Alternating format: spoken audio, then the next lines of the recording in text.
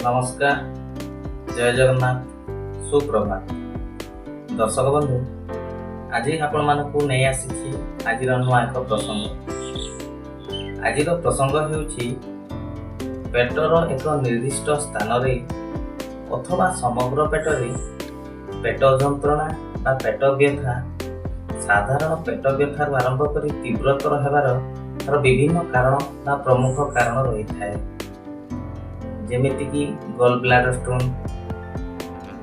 Bile duct stone, acute pancreatitis, duodenal ulcer, एमिति विभिन्न एवं प्रमुख रोगरू एही पेट व्यथा गुड़िक देखा दे थाए। किंतु आज आम जानी नवा साधारण क्यों स्थान रे पेट व्यथा हेले क्यों रोगर प्रमुख कारण बा क्यों कारण जो पेट व्यथा होता है एवं क्यों स्थान रे होता है, आसंतु जानी नवा। दर्शक बंधु, आसंतु एबे जानी नवा पेटरे क्यों समस्या थिले पेटर क्यों स्थान रे दरज होता है। प्रथमे जानी नवा जे डाहाण पार्श्वर ऊपर अंश रे पेट व्यथा हेले ताहा लिभर समस्या जनित पेट व्यथा होता है। परवर्ती जानी नवा डाहाण पार्श्वर तली पेटरे दरज हेले ताहा एपेंडिसाइटिस जनित पेट व्यथा होता है।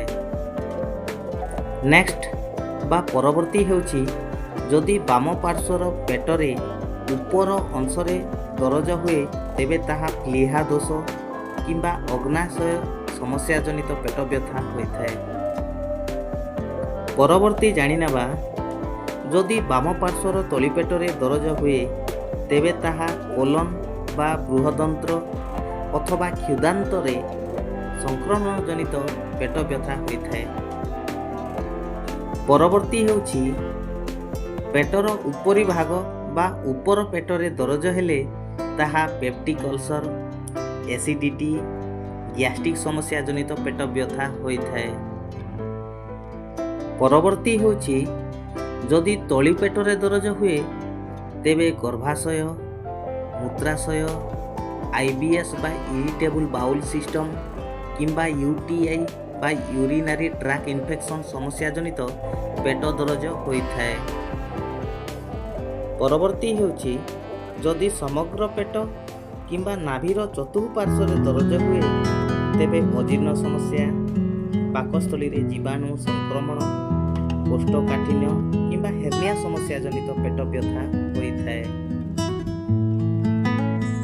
दर्शक बंधु, आज भिडियोटी आपको केमिति लगिला निश्चित मतामत देवे, सांगसाथी शेयर करेंगे, लाइक करवा और सब्सक्राइब करवाटा जमा भूलिबे नहीं।